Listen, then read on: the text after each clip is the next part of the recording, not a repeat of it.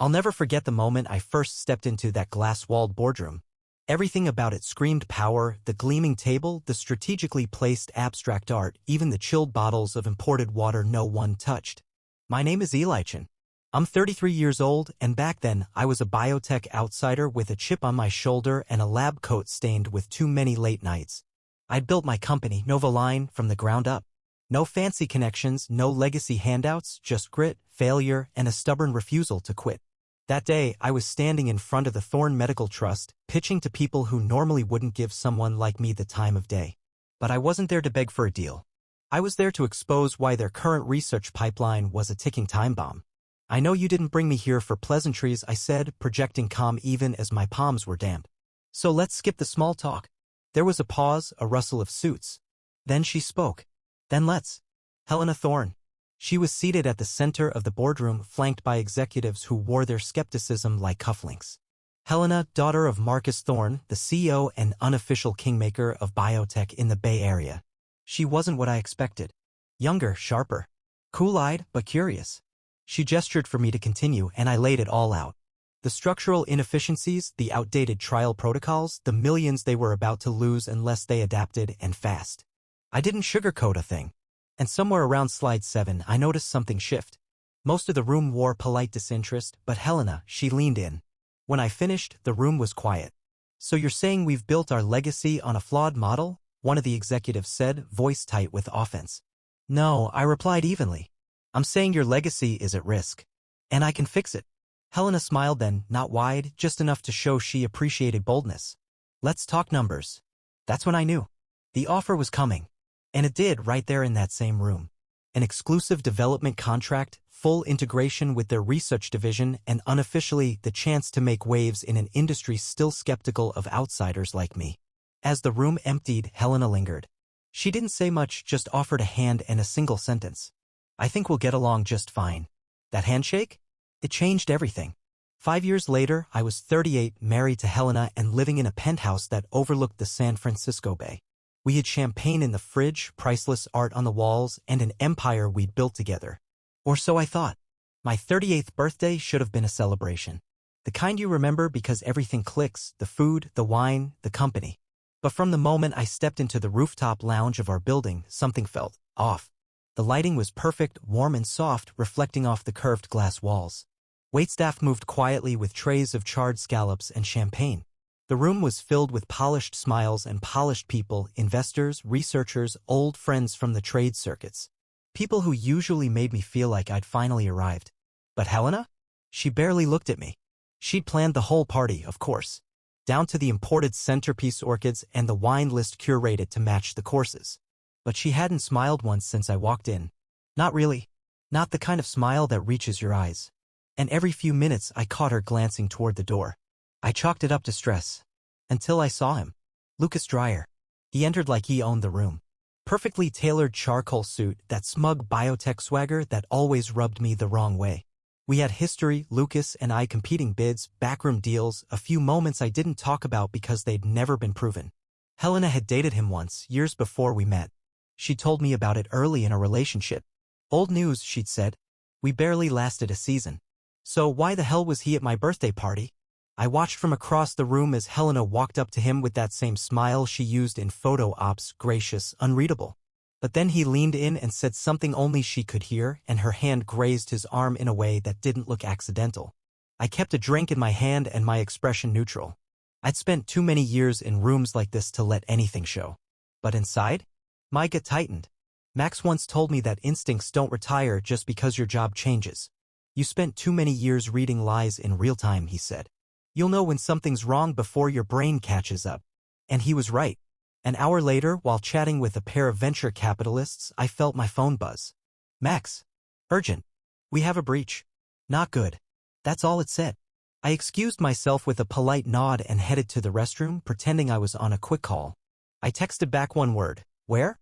No reply. When I returned, the crowd had thinned. The catering staff was collecting glasses. My name was being toasted across the room by some Thorne board member whose laugh always grated. But my attention went to the far corner of the lounge. Helena, Marcus, and Lucas, standing together in a tight semicircle, speaking low. Helena glanced up for half a second, just long enough for our eyes to meet. She didn't smile, didn't wave. She turned back to them and kept talking. Something inside me shifted. The birthday, the crowd, the toasts, it all melted into noise.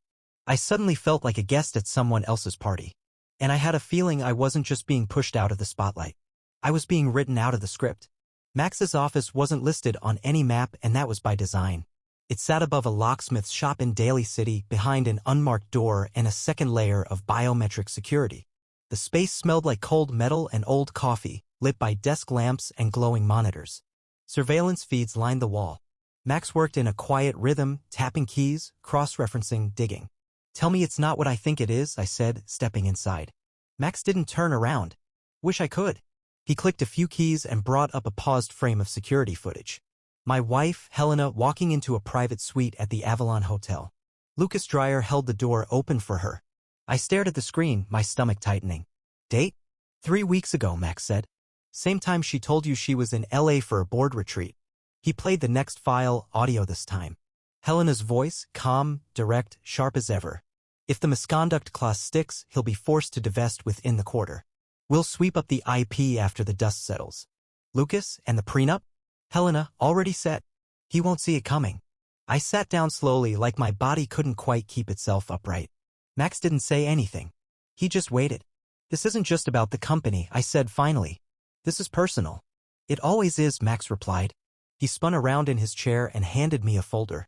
Inside were copies of sealed court documents, confidential transfers between shell accounts, drafts of divorce proceedings. Everything lawyer to perfection. "They're staging a hostile divorce," he continued. "Marcus is bankrolling it. Dreyer's the distraction, but your patents are the real prize." I stared at the list of transferred assets. Some were already in Lucas's name. Others moved to dormant Thorne subsidiaries. It was clean. Precise. "You're saying I'm already being erased?" "No," Max said. "I'm saying the erasing has started. But it's not finished." That's when the rage kicked in. Not loud or explosive, cold and still. I stood up and paced the room, my thoughts sharpening with every step. They want to dissolve Novaline, cite breach of ethics, push me out of the foundation, and walk away with everything I built. Max nodded. "And with Helena filing the divorce on grounds of misconduct, your prenup gets nullified. Her father's lawyers know exactly what they're doing." I looked up at the monitors, the quiet, calculated betrayal unfolding like a script I was never meant to read. "Then we rewrite the ending," I said. Max raised an eyebrow. "What do you need?" "Asset firewall first," I said. "Move my offshore holdings to the Novatrust blind. Then I want full forensic reports on the Avalon meetings, every date, time, and participant. And dig into Marcus's holdings. There's got to be pressure points. You want the whole machine. I want their confidence shaken. I want Helena second-guessing every step. And I want Lucas exposed by morning." Max cracked a grin. "There's the Eli I remember." But I didn't smile back. This wasn't about revenge. Not yet. This was about survival. And if the Thorns thought I was going to vanish quietly, they hadn't read the right chapters of my story. Thorne Medical Trust's boardroom looked the same as it did the day I signed the contract, all marble edges and glass reflections, every chair occupied by someone who pretended not to be scared of losing their seat. But this time, the air was different. Heavier. Helena sat to the left of her father, composed in that way she'd perfected, sleek blazer, controlled expression, eyes forward. Marcus Thorne leaned back with his fingers steepled, every inch the calculating patriarch. And at the head of the presentation deck, standing like he already owned the room, was Lucas Dreyer. He tapped the screen to bring up a slide, data charts, drop-offs, projections. "Gentlemen and ladies," he began, smug as ever, "based on the latest figures, we believe that the Novaline integration is no longer yielding positive ROI. In short, Eli Chen's leadership has become a liability to this company's growth." I didn't blink. I didn't interrupt. I let him talk. Let him walk straight into the trap. "As you can see," Lucas continued, switching slides, "our analytics reveal discrepancies in the gene therapy trials. We've traced the errors to mismanagement from Novaline's side. The board should seriously consider dissolving the joint venture under Clause 7B of the partnership agreement." Helena stayed silent, letting him take the lead. I waited until the murmurs around the table started, confusion, concern, shifting loyalties. Then I stood. "I'd like to respond," I said calmly. Lucas turned, his smirk ready. "Of course. But do keep it brief, eh?" "Actually," I cut in, walking to the center of the room, "I think everyone here deserves more than brief. They deserve truth." I placed a USB stick on the conference table and clicked the remote. A new deck loaded. I saw Helena's eyes narrow slightly. Lucas's jaw shifted a tell. Slide 1, tampered datasets. Highlighted. Slide 2, server logs showing the exact timestamps where trial outcomes were altered. Slide 3, Lucas's login credentials tracked across the manipulations. Every data point he just presented? I said, voice steady. Was faked. By him. Gasps. One board member dropped his pen. Another leaned in, whispering urgently to her assistant. These are forensic logs, I continued. Verified by third-party analysts. Already submitted in sealed whistleblower reports to the SEC and the FDA. Lucas stammered. That's absurd. This is fabricated. Careful, I said, turning toward him. False denial during a federal probe is its own crime. Helena's posture finally shifted. Just a little. A crack. I turned to the board. This isn't just a failed coup, I said. This is corporate fraud. Misconduct. And if you don't act now, you'll all be implicated when the subpoenas start dropping. Marcus stood up, his calm slipping. Enough. Eli, you're making this into a circus. No, Marcus, I said, locking eyes with him, you did. You made this a war. He took a step toward me, voice low. Don't mistake this for a victory. You've poked a sleeping lion. I smiled. Funny. You think you're the lion. He paused. I leaned in just enough for him to hear. Keep poking and you'll find out what I used to do before biotech. His eyes darkened. But he didn't say another word. I turned back to the table. I'll be sending a full report to the Federal Ethics Committee. Until then, I suggest this board initiate an internal audit. Silence. I gathered my files, nodded once to the stunned room, and walked out. Behind me, the boardroom buzzed like a kicked hornet's nest. Behind me, the Thorns were finally realizing they'd underestimated the wrong man. The penthouse was too quiet when I walked in. No music, no clink of glasses or faint laugh from Helena down the hall. Just stillness, the kind that lets you know the storm's about to hit. She was waiting for me in the living room, still dressed in that perfect steel gray blouse she wore to the board meeting. Her heels were off, but her mask was on. Calm. Controlled. That look she'd worn 100 times when spinning PR nightmares into boardroom victories. Eli, she said. We need to talk. I dropped my keys in the bowl near the door. Sure. You want to start with the hotel dates or the secret meetings? She flinched. Barely. It's not what you think. No? I stepped closer. Because what I think is you spent 3 nights at the Avalon with your father's new pet snake. What I think is you used our marriage to scout my weaknesses. I didn't sleep with him, she snapped. I raised an eyebrow. You want a medal for the restraint? Her voice wavered, just a little. You've been distant for months. Obsessed with work. You didn't notice when things changed. I noticed enough, I said. Enough to know your father and Lucas were never acting alone. She opened her mouth, but the doorbell cut her off. Lucas and Marcus strode in like they owned the place. No hesitation. Marcus carried a manila envelope. Lucas didn't even bother to look sheepish. This won't take long, Marcus said, voice smooth. You'll find this is all very standard. He handed me the envelope. I opened it. Divorce papers. Termination of joint control. Severance of personal and professional assets. Polished. Coordinated. They weren't here to talk. They were here to humiliate me. This is theater, I said, setting the envelope on the table without looking at it again. You wanted a final scene. Some moment to watch me fall apart. Lucas smirked. It's nothing personal, Eli. Business evolves. Helena stayed silent. That was the worst part. I walked over to the window, stared out at the bay. The city lights glittered like everything was still normal. Then I turned back around. I sold my controlling shares this morning. That wiped the smug off Lucas's face. What shares? Marcus asked, his voice hardening. 3 of our key satellite firms, all Thorn partners. The foreign investors I brought in last quarter? They just took controlling stakes. I made sure of it. You're bluffing, Lucas said. No, I replied calmly. I'm retaliating. I walked toward the door, not in a rush. Just steady. The board's already in panic mode. You think they're going to back you now? After what I gave them this morning? Helena's face had gone pale. This isn't over, Marcus growled. You're right, I said. It's just beginning.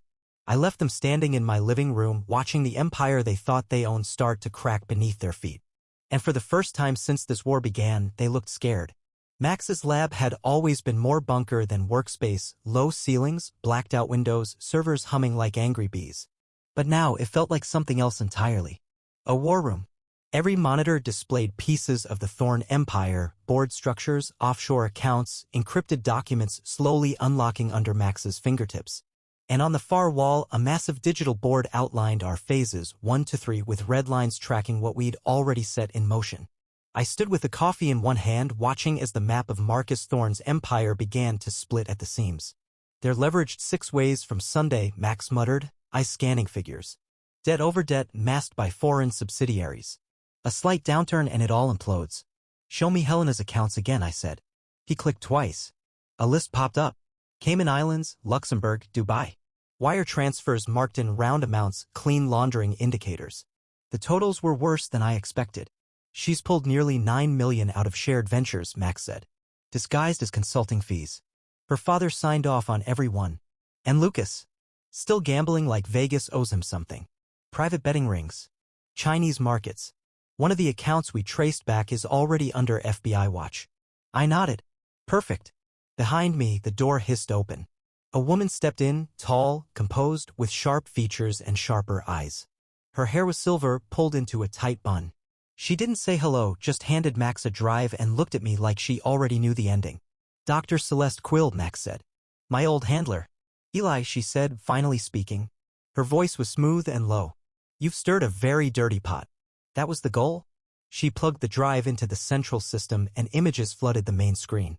Clinical labs, fenced compounds, internal memos with Thorne Medical branding stamped beside foreign defense logos. These are offshore testing centers, she said. One in Uzbekistan. One in northern Sudan. Unregulated trials on at-risk populations. Marcus funded them through shell companies. And Helena? She was on site for 2 of them. My jaw tightened. It wasn't business anymore. It hadn't been for a while. But this? This crossed into something else. Something darker. Public exposure won't be enough, I said quietly. We go wide. Global. Celeste nodded. Already lining up whistleblowers. Journalists, legal probes. Human rights NGOs. When the first story drops, the rest will follow like dominoes. Max turned toward me. You still sure about this? Once we go past phase 2, there's no coming back. No cleanup crew. I'm not looking for cleanup, I said. I'm looking for consequences. I walked over to the strategy board and picked up the remote. With one click, I lit up the red dot labeled, Phase 2 initiated. Across the room, Max's monitors flared as scheduled leaks deployed, anonymous tips to regulatory bodies, encrypted files sent to investigative journalists, pre-drafted press releases triggered through timed accounts. The Thorns wouldn't wake up to a single problem. They'd wake up to 1,000. As the room settled into silent coordination, emails firing, servers encrypting, legal teams being quietly alerted, I stared at the final row on the board, Phase 3, Extraction. Because I wasn't just tearing down the empire that tried to erase me. I was building a new one. And this time I wasn't asking permission. The Thorne estate sat behind wrought iron gates and manicured hedges that had been featured in architectural magazines. But that afternoon it looked like a tomb. I walked in without knocking. Marcus was already waiting in the study, seated in a high-backed leather chair, drink untouched on the table beside him. Helena stood across the room near the fireplace, arms folded tightly like she could hold herself together by sheer force. Their attorney, a man named Hirsch with a voice like marble dust, rose as I entered. Mr. Chen, he said smoothly. Let's be civil. I dropped the flash drive on the table between them. Start with that, I said. He plugged it into the laptop on the credenza and tapped a key. The screen filled with reports, account ledgers, GPS coordinates, private correspondences. All of it, the fraudulent trials, the wire fraud, the whistleblower interviews. Helena paled. Marcus didn't blink. We're prepared to negotiate, Hirsch said quietly, adjusting his cufflink. Immediate return of stolen assets. Public apology. No further action taken. We can even discuss long-term non-disclosure. I leaned back in the chair across from Marcus. No. No? Marcus said, voice low. I don't want apologies or asset transfers. I want full public confessions. You, Helena, Lucas. Resignation from all public-facing boards. Formal restitution to every victim involved in those trials. Helena's voice cracked. You're talking about destroying our name. Our family. I turned to her. You did that the moment you signed off on poisoning people to protect your margins. She looked away. Marcus took a slow breath. If we go down, Eli, we don't go alone. You know that. I'm counting on it, I said. Because the moment this becomes public, Royce Chancellor will cut ties. He'll deny everything. Helena flinched like I'd hit her. Marcus stared at me. You don't know what you're talking about. Don't I? I said, reaching into my coat pocket. I dropped a second flash drive beside the first. Because your late wife did. And she recorded everything. Helena's eyes snapped to mine. What? She whispered. Your mother didn't just die quietly. She knew what you and Marcus were doing. She kept backups. Max found them buried in an old safety deposit box registered under her maiden name. Marcus's lips pressed into a thin line. She never showed those to me, he muttered. No, I said, but she left a note. I slid the folded paper across the table, a scanned copy with her signature dated 6 weeks before her accident. Helena grabbed it before Marcus could. She read silently, her breath catching near the end. She says the lab fire, Helena whispered, the one that killed your adoptive fathers. I nodded. She believed Royce Chancellor ordered it. She had evidence. Enough to scare her. Helena looked up at me. She tried to warn you. I didn't reply. I didn't need to. I stood slowly. I'm not promising mercy. But if you don't sign those confessions by tomorrow morning, the media gets everything. Marcus's jaw worked, but he said nothing. Hirsch began gathering papers with trembling hands. As I reached the door, Helena called after me. Eli, she said, voice soft, eyes filled with something almost like regret. I did love you. Even if it started as a setup. I paused, hand on the knob. I believe you, I said. But it doesn't matter anymore. I walked out, leaving behind the people who tried to erase me and the truth that something even worse was still waiting in the shadows. The flash drive Helena gave me felt heavier than it should have, like it carried more than files. It carried questions. Memories. The unraveling of everything I thought I knew. Max and I spent 2 straight days analyzing it. Inside were encrypted recordings, voice memos, scanned letters, and bank trails, all tracing back to one name, Royce Chancellor. Philanthropist. Political donor. Global humanitarian. And the man who bankrolled Marcus Thorne's rise from obscurity to biotech royalty. But the files told a different story. Chancellor had provided the capital for the lab that accidentally burned down. My father's lab. The one where their breakthrough work vanished in smoke and where they died. He didn't just fund Marcus. He orchestrated it all. The chain of shell companies that acquired the land afterward? Royce. The foundation that inherited the intellectual property? Royce. Even the early venture rounds for Thorne Medical Trust had language tying it back to a holding group Chancellor controlled.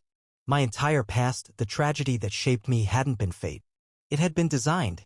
Bastard played everyone like chess pieces, Max muttered, scanning the final set of signatures. He used Marcus to crush your father's work, then kept you close by dangling Helena. Helena? I asked, though the answer was already forming. Max clicked once. A buried memo appeared, one Royce had written to Marcus over a decade ago. If he surfaces again, use the girl. She has the right blend of poise and ambition. He'll fall for her. Then we own him. I felt something hollow out in my chest. So it hadn't just been a coincidence. The boardroom, the handshake, the romance that felt like fate, it had all been engineered. My whole second act had been a setup. Max watched me carefully. You still want to go after him? I didn't answer. I just stood and walked to the window, watching the lights of the city pulse below like slow, blinking lies. Later that night, a request came in. Private meeting. Royce Chancellor. No press, no lawyers. Just me. We met at his coastal estate, a sprawling, modern fortress built into the cliffs near Mendocino. The kind of place meant to remind you how little you mattered in the face of money. He greeted me himself, perfectly tailored in a navy suit, skin bronzed like he vacationed for a living. Eli, he said with a politician's smile. You've made quite the mess. I walked past him without shaking his hand. You pulled strings for 3 decades, I said. And now they're snapping. He led me into a glass-walled sitting room. Ocean views. Tastefully sparse. I admired your fathers, he said, pouring scotch into crystal. Brilliant men. But they wouldn't sell. Wouldn't share. That kind of idealism is dangerous in this world. So you killed them? No, he said calmly. I lit a fire. They were standing too close. I stared at him. You used Helena, I said quietly. You designed my fall. Then you got greedy and tried to erase me entirely. He took a slow sip. And yet here you are. Here I am, I said. And I have every file, every transaction, every whisper you tried to bury. For the first time, Royce looked curious. Then what do you want, Eli? I smiled, not with warmth, but with purpose. Nothing, I said. You'll lose everything slowly. Publicly. In stages. The same way I lost my family, my name, my peace. He raised his glass. That's cold. No, I replied. That's justice. I walked out without waiting for a reply. Behind me, Royce Chancellor sat in a fortress of glass, not realizing how fast it was about to shatter. The confession came 3 weeks later. Not through back channels. Not hidden behind lawyers or strategic leaks. But televised. Royce Chancellor, once untouchable, sat stiffly in a press conference flanked by his legal team. His voice trembled slightly as he read the statement prepared by my attorneys. I, Royce Franklin Chancellor, acknowledge my role in the systematic suppression of independent biotech research and in the illegal acquisition of intellectual property, including that of Drs. Adrian and Bennett. I further admit to knowingly facilitating offshore clinical trials that violated international human rights standards. The list went on. 37 violations. 3 decades of rot laid bare in 10 agonizing minutes. By the time the feed cut out, the world had a new face for biotech corruption. Not Marcus Thorne. Not even Helena. But Royce, the man who thought he'd never lose. And just like that, the dominoes finished falling. Marcus resigned from all active corporate positions, citing health reasons. Lucas was under federal investigation for financial fraud and fleeing the country. Helena was placed under house arrest, pending formal charges for securities violations with her accounts frozen and travel restricted. I didn't watch her arrest, but she sent a letter. I loved you, it said. Even if it started as strategy. That part became real. I know it doesn't matter now, but it's true. I folded the letter and burned it. Some truths don't need keeping. A week later, I stood at the edge of a quiet cemetery outside Berkeley. 2 matching headstones. Dr. Adrian Chin. Dr. Bennett Chin. Innovators. Fathers. I hadn't been here in years. Not since the early days, when the grief was still too heavy to wear in public. I placed a single white orchid between the markers and sat down on the grass. It's done, I said aloud. The people who took you from me, they answered for it. All of them. The wind moved gently through the trees. No voices. No signs. Just silence, the kind that lets you breathe again. After a while, I stood. The next phase of my life began not with press releases or lawsuits, but with an empty office space overlooking a quiet street in Oakland. Nova Line was gone. In its place, Sentinel Foundation. Nonprofit. Independent. Fully transparent. A sanctuary for ethical biotech research and a fortress for whistleblowers. We funded lab startups that couldn't get grants because they refused to play dirty. We offered legal protections to scientists afraid of retaliation. We built something clean. Something strong. Max stayed on as security lead. Celeste became our liaison to international investigators. And me? I stopped hiding behind titles. I became the firewall. We worked out of glass offices, not towers. No private jets. No executive lounges. Just the mission. And as word spread, more joined us. Former insiders. Brave researchers. People who'd seen too much and wanted to build something better. One night, Max asked me, "What's the endgame here?" I looked around the buzzing war room. Charts on the wall. A new case file open. Another empire to challenge. There is no end, I said. Just the next name on the list. He nodded like he understood. Because once you've had everything stolen and taken it back, you stop building empires. You start building justice.